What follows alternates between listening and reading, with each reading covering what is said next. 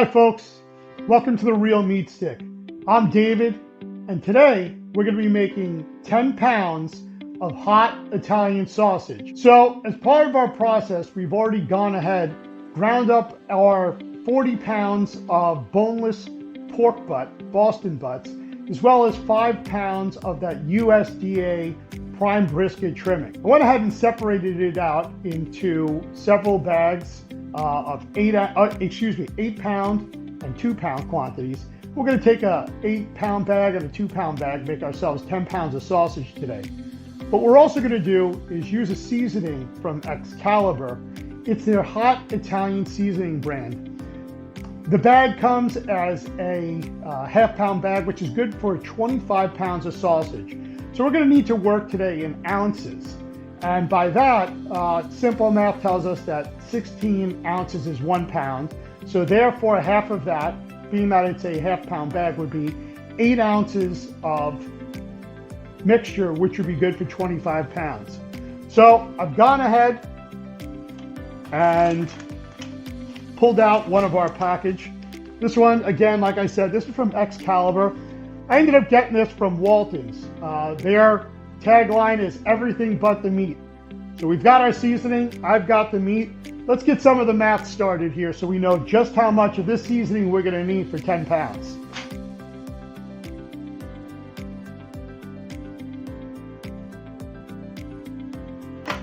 So here's how our math is gonna break out. We've got ourselves 10 pounds of meat, and that's gonna be multiplied times 16 ounces. So that's gonna get us a total of 160 ounces.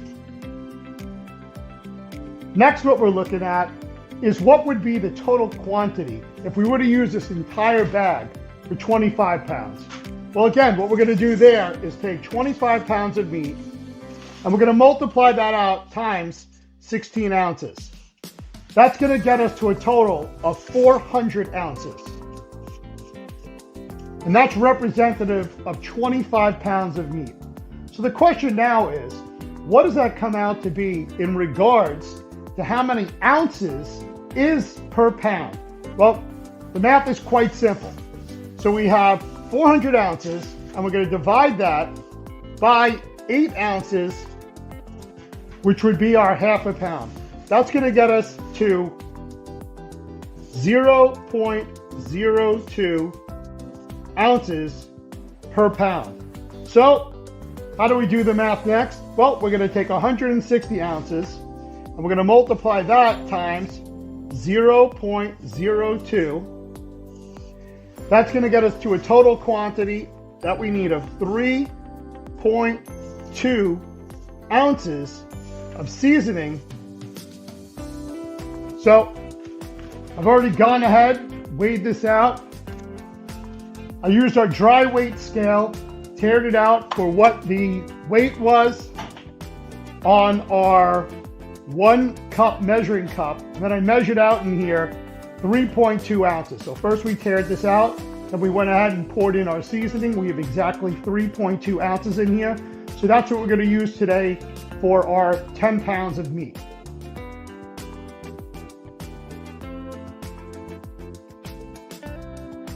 So just to verify that we have 10 pounds, I'm gonna go ahead and grab the bags, pull these out. So this is a 8 pounder. This is 2 pounds. In total, that's gonna get us our 10 pounds of meat. There's our 2 extra, we're just over 10 pounds. So I'm gonna go on the safe side here, just in case there's more salt in there than what we wanted. It's probably a little bit safer. Not to mention that depending on people's taste buds and just how spicy that is, the probability is that we're gonna make it just a little less spicy so that for those people that aren't used to real hot, and I don't know just how hot that's gonna be, maybe we play it on the safe side. So I'm gonna go ahead, get my gloves on, get our mixing bowl out. Let's get ready to mix some sausage. Now, the other thing that we're gonna need is some water. Forgot about that one. It's necessary to have a little bit of liquid in here just to make the process a little bit easier. Also, as we're mixing things through, we want to be able to get that protein extraction, and that's what the salt is going to do with the fats that are in here. It's going to help to separate things out, and as it starts to warm up a little bit, we're going to get that protein extraction, and a little bit of moisture will help in that process as well. So I'm going to go ahead and grab a mixing cup, and I'll be right back. So I've gone ahead, got our mixing cup, and I have 2 cups of water here. What's recommended is that for every 5 pounds of meat and mix, that we add in 1 cup of water. But I'm not going to mix that all in at once because I can't take the water out. We can always add more in. So what I'm going to do is I'm going to get our 10 pounds of meat into our mixing bowl. I'm going to add in our seasoning, and then little by little I'm going to add our water in. That way, if I find the consistency is where I want it to be, maybe I don't need to use all of those 2 cups of water. I can always add more in afterwards. So let's go ahead and add in our meat. The first 2 pounds. Here's the remaining 8. And this is ice cold. Just pulled this out of the refrigerator. It's probably a great temperature if we wanted to run this through a finer plate. This was done through a 10 millimeter coarse plate yesterday, and I let this sit overnight. So it's got a really good consistency. And in this, we have all the fat from our pork. Oh, wrong mix. We have all the fat from our pork, plus we have all the protein, and we have the beef, and we have the suet fat from our brisket trim. I'm gonna go ahead, start the mixing process. And when you think you've mixed enough, mix some more. We wanna mix from the bottom, make sure that we get everything really well in there. Give it a squeeze, start to break down the meat, break down the fat. The heats in our hands will help with that as well.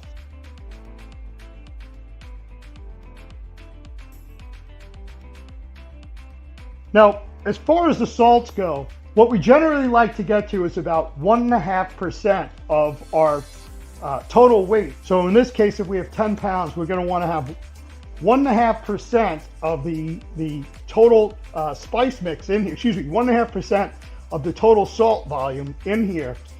So that way it's just enough that we know that there's salt in here. It helps with the process of the protein extraction, but it's not overly salty. In a video that I had watched from Eric, 2 guys in a cooler, he looked at several different quantities of salt. He went from a no salt, 1/2 ounce, 1 ounce, 1.5 ounces. I believe he went up to 2 ounces. And what Eric discovered is, depending upon your age, that more salt was tolerable with a younger crowd than it was with an older crowd. In fact, as people got up there into their 40s and 50s, they preferred less salt. When we got up there into our 70s and 80s, people preferred far less salt, probably in quantities below 1.5, versus a younger crowd that could tolerate as much as 2%. So generally, I like to stick at a comfortable 1.5, and that's because if we were adding in other ingredients, say like cheese to this, cheese would already have the salts in it. And if we were using this in, say, a sausage and pepper sandwich, where the peppers and onions were seasoned with salt, that would increase that entire salt level and could overpower the flavor. Don't you love playing with your meat? So what I'm gonna do now is get a little bit of water in here. So you can see it's starting to stick to the gloves a little bit. So that's our protein extraction occurring. So that's roughly about 1 cup in here so far. Feels like 1 cup may have been enough, because that definitely made things a little bit looser. And the type of casing we're going to use today when we put our meat into our casings is going to be a collagen casing. It's a 33 millimeter collagen.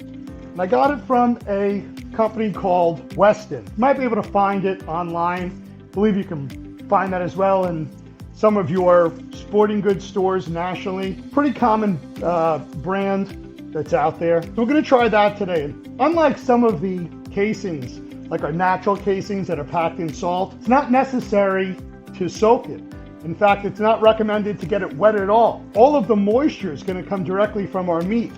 So as part of this process where I just added the water in, that's going to assist in the process of, as the meat enters the casing, making the casing moist and allowing for us to have consistent meat flow into our casing.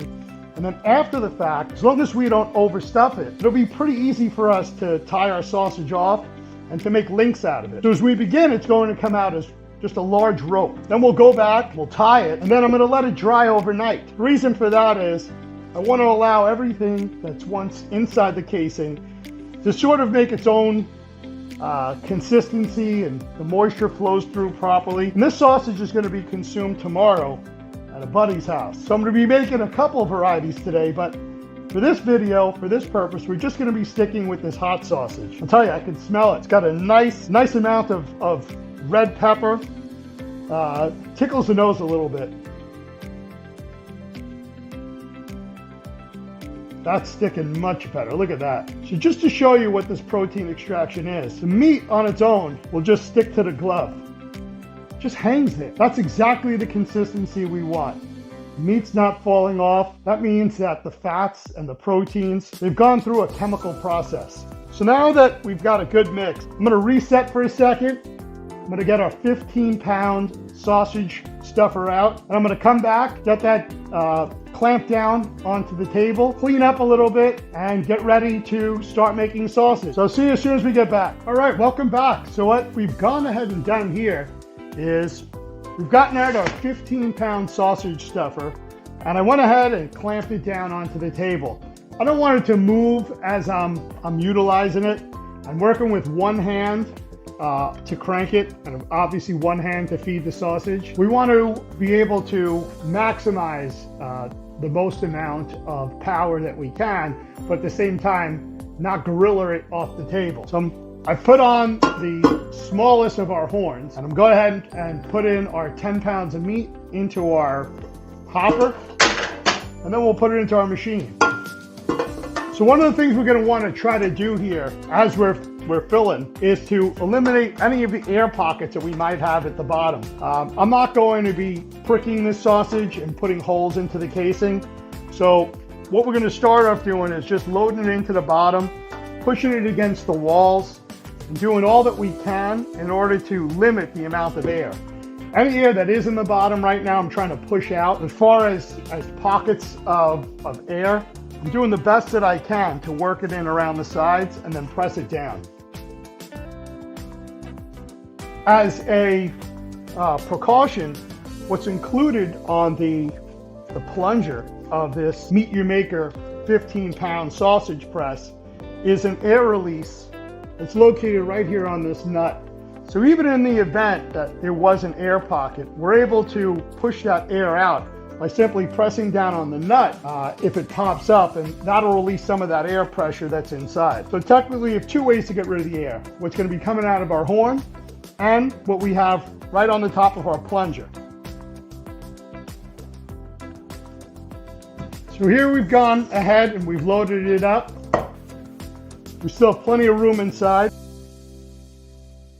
I'm just gonna take a precaution, get rid of that glove completely, get a fresh glove out so that, and here we have our Weston edible collagen sausage casing. This one's good for up to 15 pounds. It's a 33 millimeter. It's for Italian sausage, Polish sausage, and bratwurst. Never used a product like this before, so we're both in for a surprise today. I believe it loads on this way, just like that. Now go ahead, put the pan underneath, and just like the directions say in the back, do not wet the casing or the work surface prior to using. We're going to carefully slide the end of the casing strand over the stuffing tube, and then if the casing was too long, we'd cut it with scissors or a knife. So let's go ahead and give this a shot. We'll try this out together. We'll watch as the meat begins to come forward. As a matter of fact, we're going to take that off for right now. You can see here as the meat's loading itself through the tube, you see there's a little bit of air already. I'm going to let that out. Here we go. I'm going to back it off a little bit, and here we go. And I'm letting the sausage feed itself out. Not putting too much pressure on here. I want to be able to, as I had stated earlier, have enough room inside that I can tie this off. I'm just giving it the opportunity to sort of just feed itself out. And all I'm really doing here Just kind of giving it some guidance, just putting a little bit of pressure on the collagen casing, only so that it doesn't all come off at the same time. Now, collagen casing can be made of a milk byproduct. It might even be made of the same type of material as the hide of the animal. So it's all natural. It's a, as we call it, an added value product.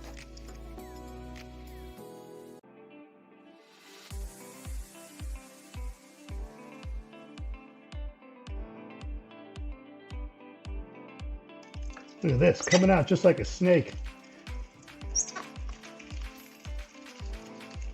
Maybe if you can comment down below for some suggestions about, instead of drilling into the table, a better way to be able to secure this onto the top of this table so that it doesn't shift around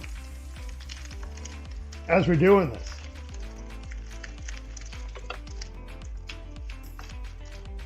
Well, sounds like we're getting to the end. Starting to come up around the walls. So I'm going to call it right there. Snip it here. Get ourselves out our scissors. We have some surgical shears.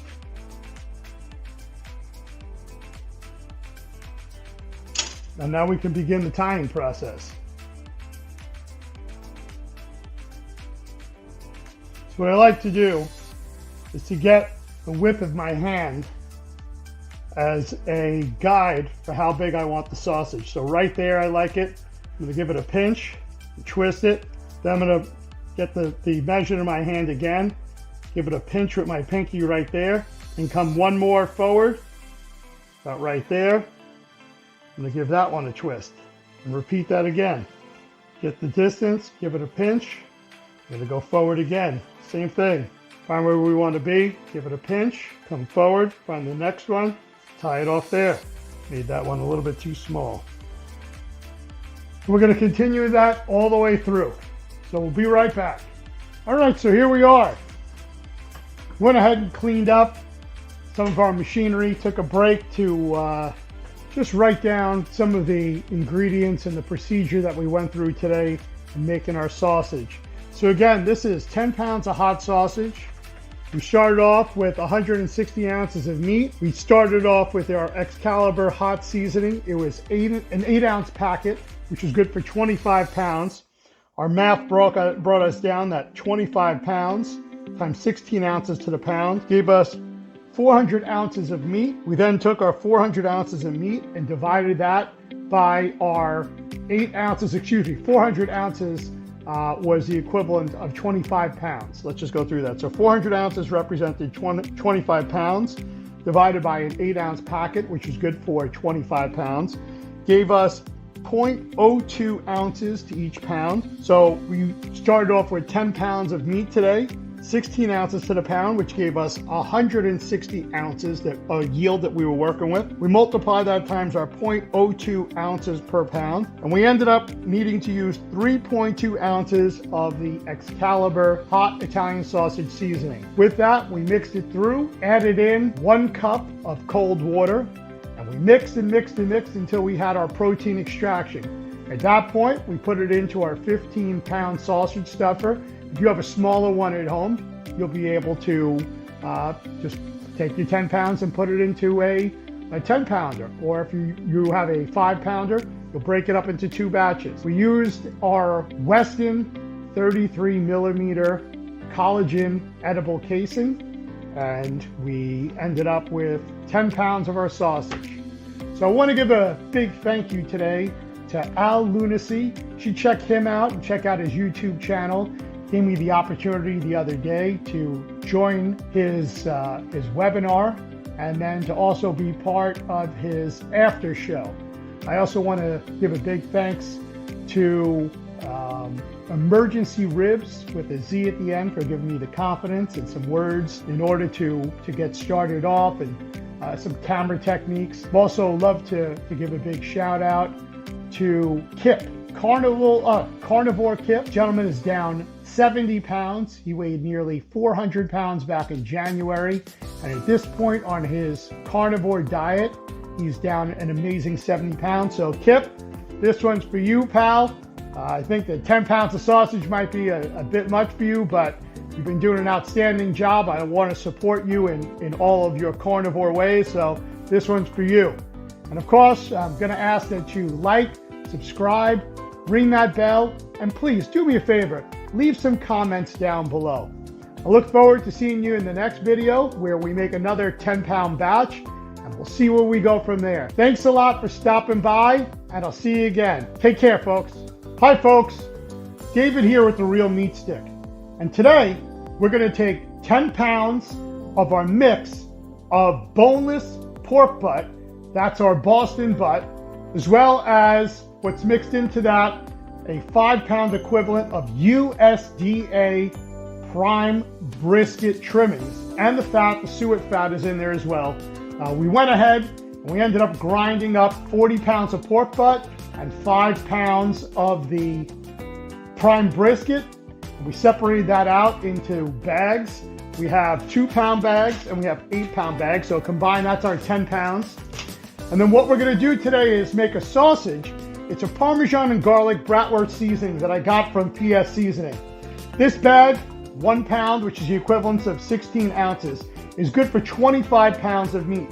Now, being that we're only working today with 10 pounds, we're going to have to do a mathematical calculation so that we have the right amount of seasoning for the right amount of meat. So with that said, let's get down to our math. So as it turns out, since we're going to want to do our conversions as ounces in order to figure out the right quantity, let's start off with our packet. That's 16 ounces. Then let's take a look at our meat. So what we have here is 10 pounds. However, before we get down to how much has to go into there, we know that's going to be 160 ounces of meat.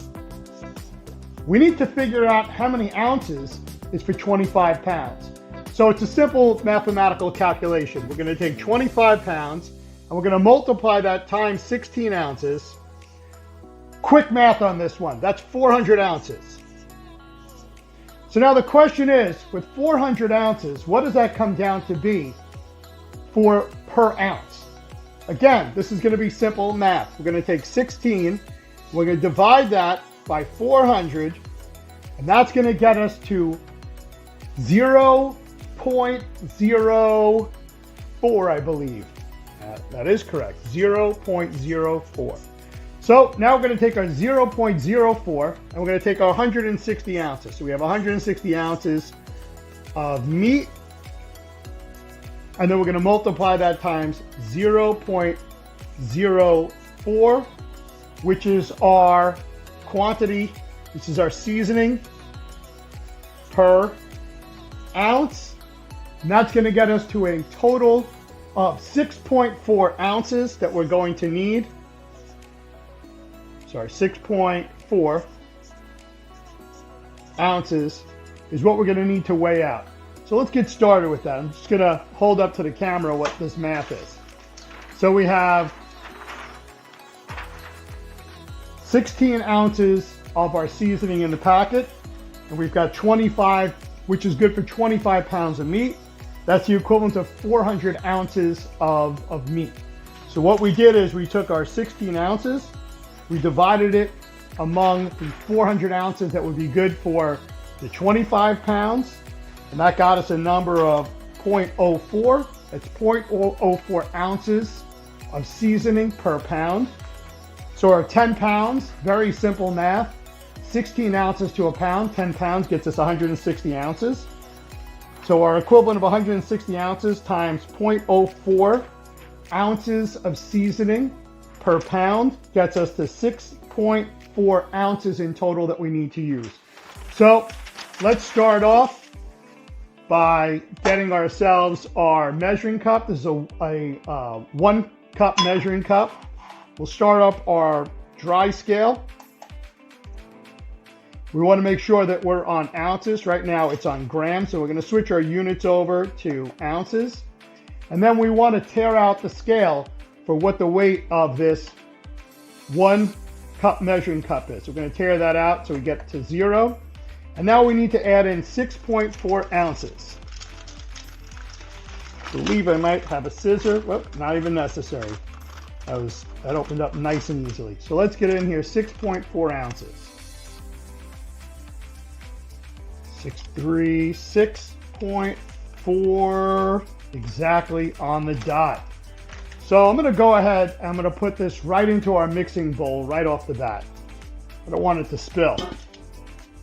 So there's our 6.4 ounces right in there of our of our garlic, of our Parmesan and garlic bratwurst seasoning. I'm going to get rid of this and put it in the sink. I'm going to just get our scale out of the way. And I'm going to get our seasoning out of the way so that it doesn't get wet. So the next step is, let's get our gloves on.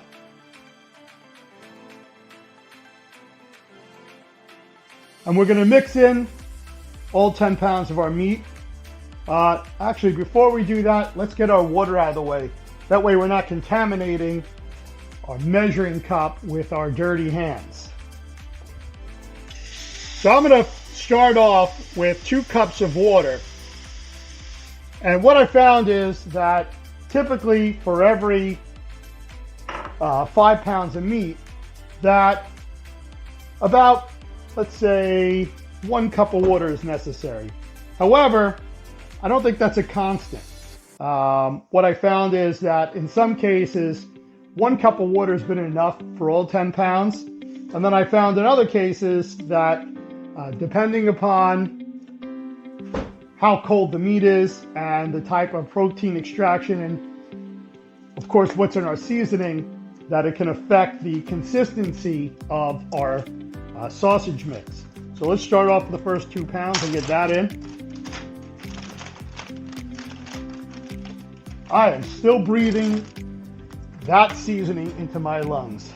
Now I'm tasting it.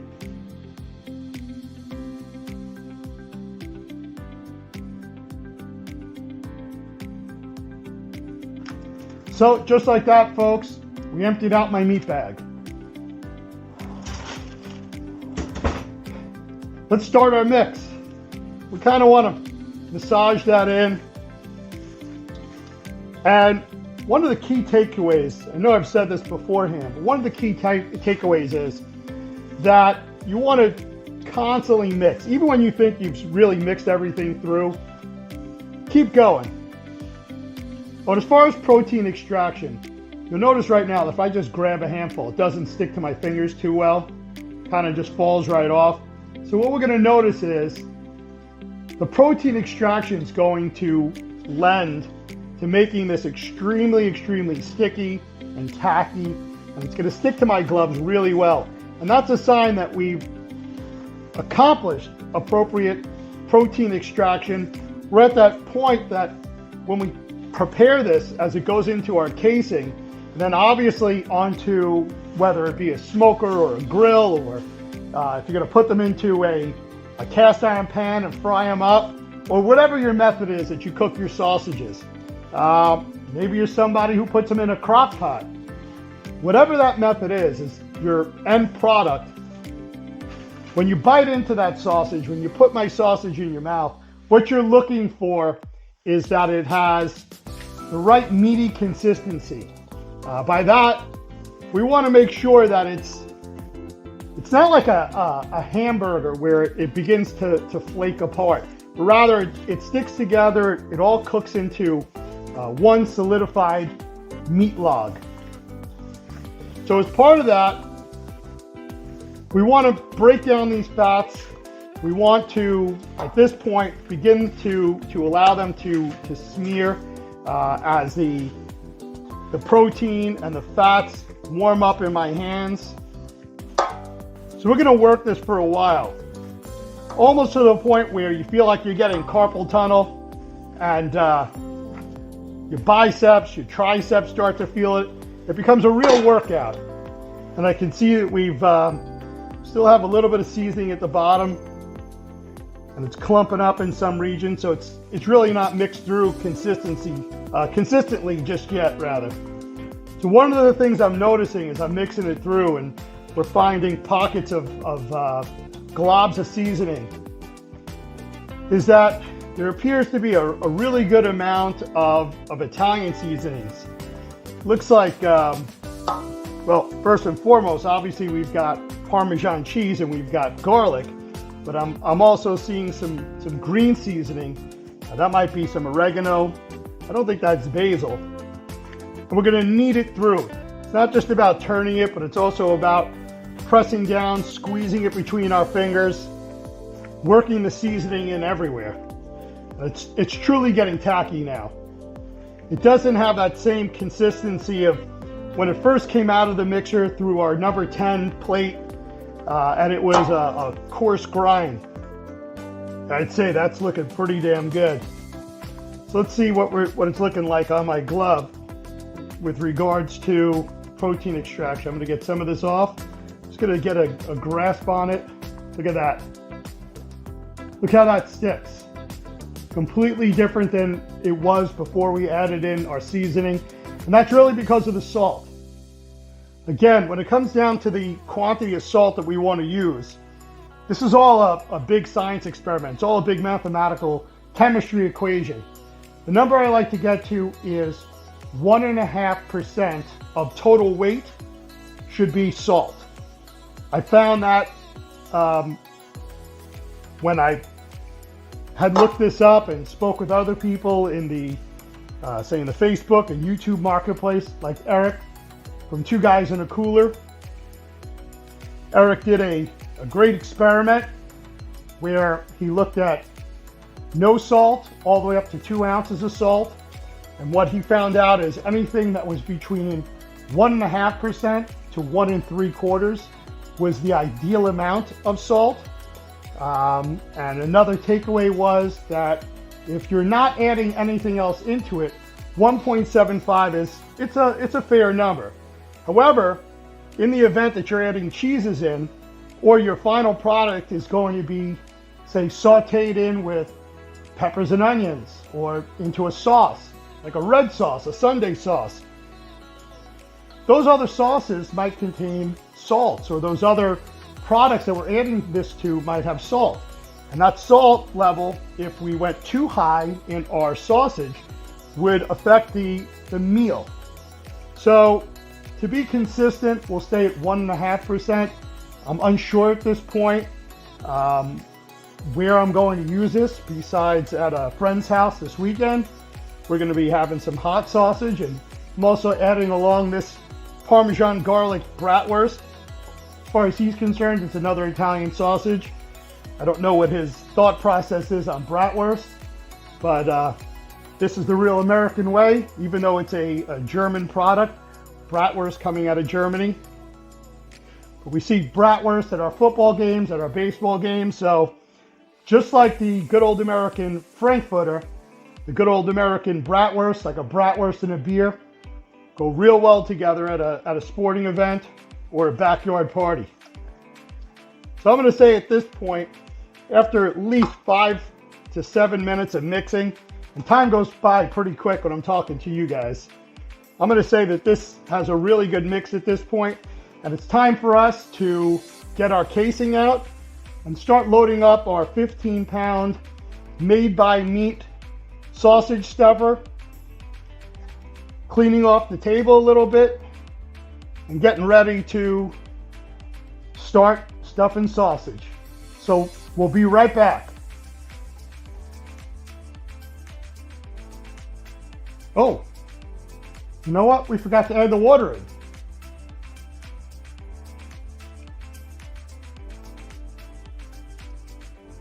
I guess we'll be back after I'm done with this.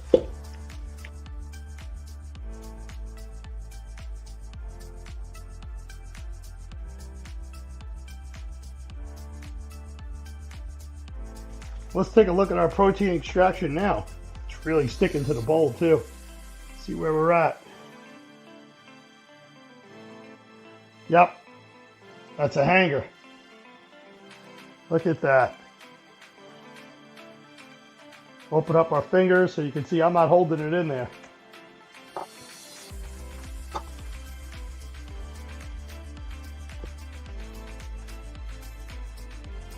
All right, now we'll be right back. I'm going to get rid of these gloves,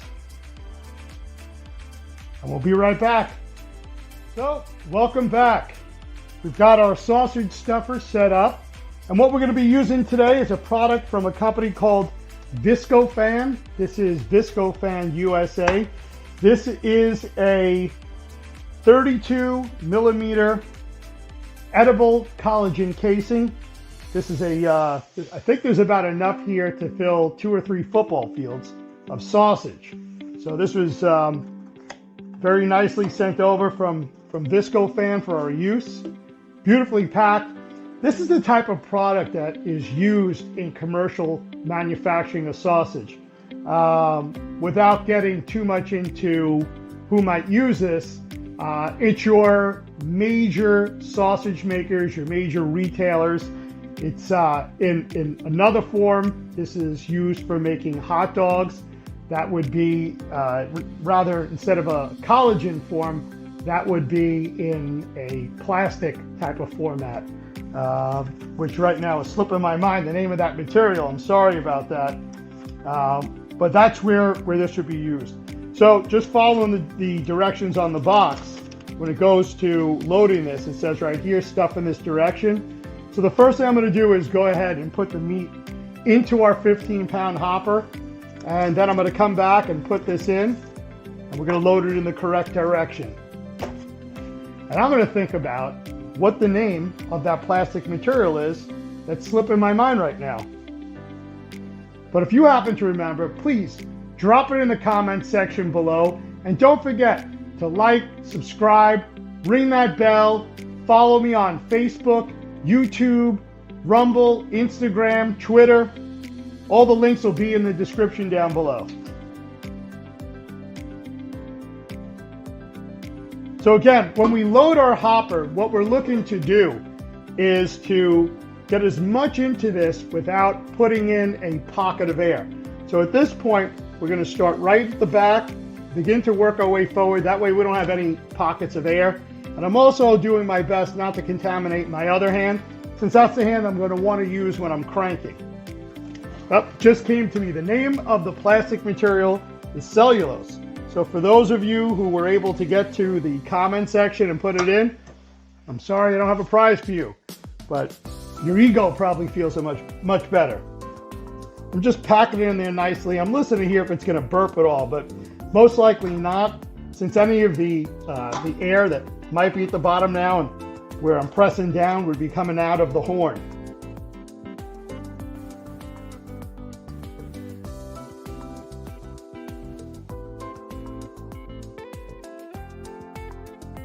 Smells delicious. I wish you were here to smell what I'm smelling.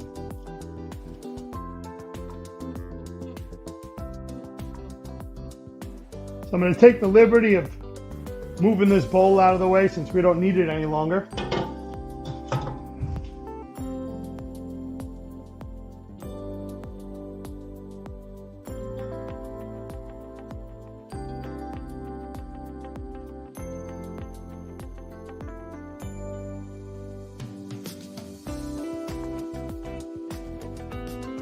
Coming forward.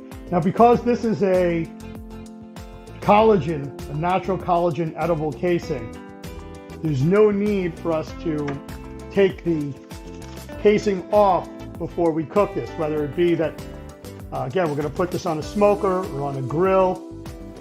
We're going to follow the direction just like it states which way to go, to stuff in this direction. That means this is going to come on right here.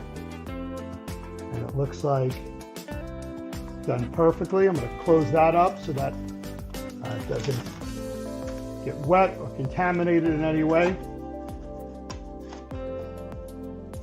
And just move that out of the way. Of course, I have these scissors just in case it's necessary to cut the links, or if we were to have a burst, I could cut it and then start again.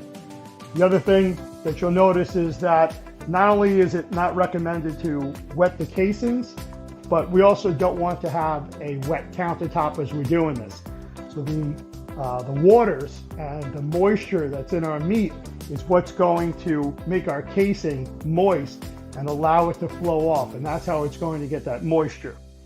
So I'm going to go ahead. I have an extra glove just in case it was necessary that I took out, because at this point now we're going to get dirty.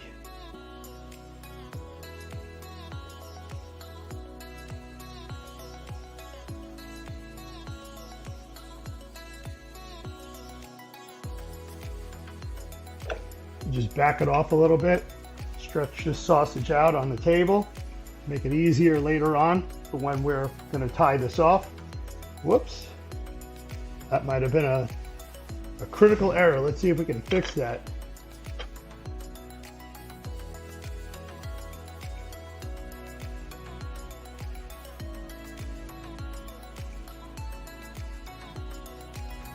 Drop a comment below on what you think I can do besides drilling holes into the marble top to secure this, the base onto the marble. What I went ahead and did is I used the drawer liners, or what you might put into your cabinet closet liners in your kitchen. I thought that was a good way to stop it from moving around, but that didn't really work too well. Good thing I put a spare glove out here. It is such a pain when you get the sausage meat caught inside the handle. Of course, it does come off, the entire handle and arm come off using an Allen key. So I really shouldn't complain about that. I just don't like how it gets caught in all the little crevices. So I would say in total we might have as much as a half a pound of meat at the bottom. I'm not going to let it go to waste. It may not become sausage and casing, but it's still going to become a sausage burger.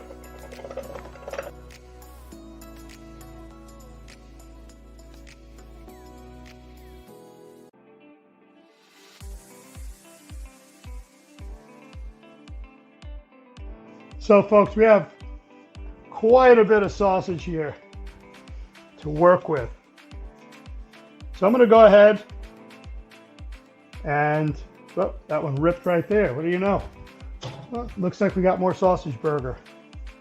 So I'm going to go ahead and give it a, well, we're ripping it in many places.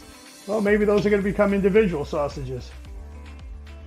I was hoping we get a twist out of it, but that doesn't seem like that's happening. Rather, it looks like we're just going to have individual meat logs. What we want to do, should have said this, is that we want to go twist it forward, then the next one we're going to twist it backwards. That way we're not untying them as we're tying the first couple. So that one twisted real nice. You do the same thing here, pinch it off. Then we're going to gently twist this one in reverse. There we go, now we're getting some nice links out of this. And this one will twist forward. Obviously that one's a little bit too large. And this one's going to be a little bit smaller. We're going to twist it backwards. I know I'm going to get some comments, not only from y'all, but from the person's home I'm bringing this to. He's very critical of everything. His humor is, even though he's nearly 60 years old, in his mind he's still 15. And he's going to tell me about the size of his sausage as compared to the size of these sausages. It's one of the other ways of tying sausage. If you don't want to go forward, reverse, in between each link, is to measure out the size of the sausage you want, put a dent in it right there, then go ahead, get the same type of spacing, and then every one of them can go in the same direction, because what it will do is create enough of a space in between where everything's then going in the same way. So the same thing here is what we're going to do is we're going to measure this out. Say we want it right here. We're going to find the same distance right there. So instead of spinning this one, say, in reverse, we're going to make the dents here and here and just spin this one forward. And then by doing so, not only does it make a nice link, even though this one didn't come out so well, it keeps them from untying. So to replicate this, let's hope I don't break it. We're going to do the same thing. We're going to find the space that we want there and say there.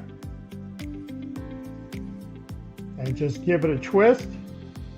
What do you know? We didn't break it. Then we've got two equal links. Same thing here. So we want to go there and there. Rather than twisting this one backwards, we just take the one that's afterwards and spin it forward. And there we go. We've got our links there. Same thing here. I want to end it right there. So let's give this one a little bit more room here and here. And again, in the peanut gallery tomorrow, I'm going to hear about the size of his sausage. And right here, I'm going to go ahead and cut this. I'm going to try to, instead of losing this one, maybe we can find a use of it. I'm going to put that on the side. Maybe not, because I can see that there's some meat in it already. So that's already contaminated. Well, we'll try to work through that the best way we can.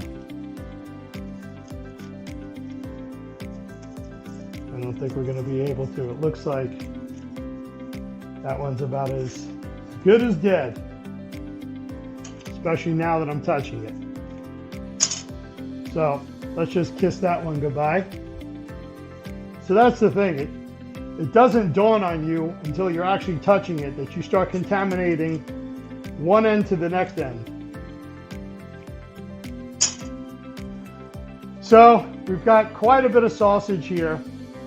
Fortunately, even the ones that ended up tearing off, they're still good. They'll become sausage that'll go on the grill. No one will complain about that. Some of these other ones might end up in a sauce on Sunday, and I may take a few, maybe 6 to 12 links or so, and put them on the smoker and let them go low and slow. This type of material, this collagen base would actually be great if we were doing, say, a cheddar and jalapeno brat.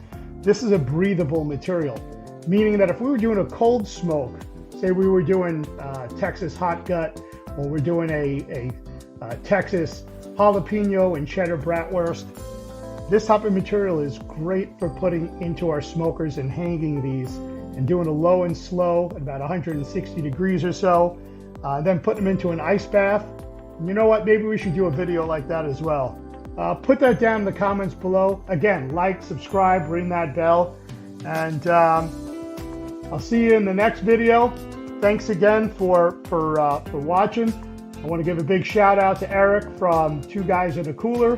Give a shout out to Al Lunacy, who gave me the opportunity a couple of nights ago to join him on his group chat. And also want to give a shout out to Master Purveyors for the pork product today, and to everyone over at Shirley Fabrication in Tuscaloosa, Alabama, where hopefully one of these days I'll have one of those big Shirleys and we'll be able to do a real massive cook, and I can hook up with some of these guys in the New York, New Jersey, and PA area, and we could do some volunteer work together, guys. Really looking forward to it. So thanks so much, and I'll see you in the next video. Bye-bye.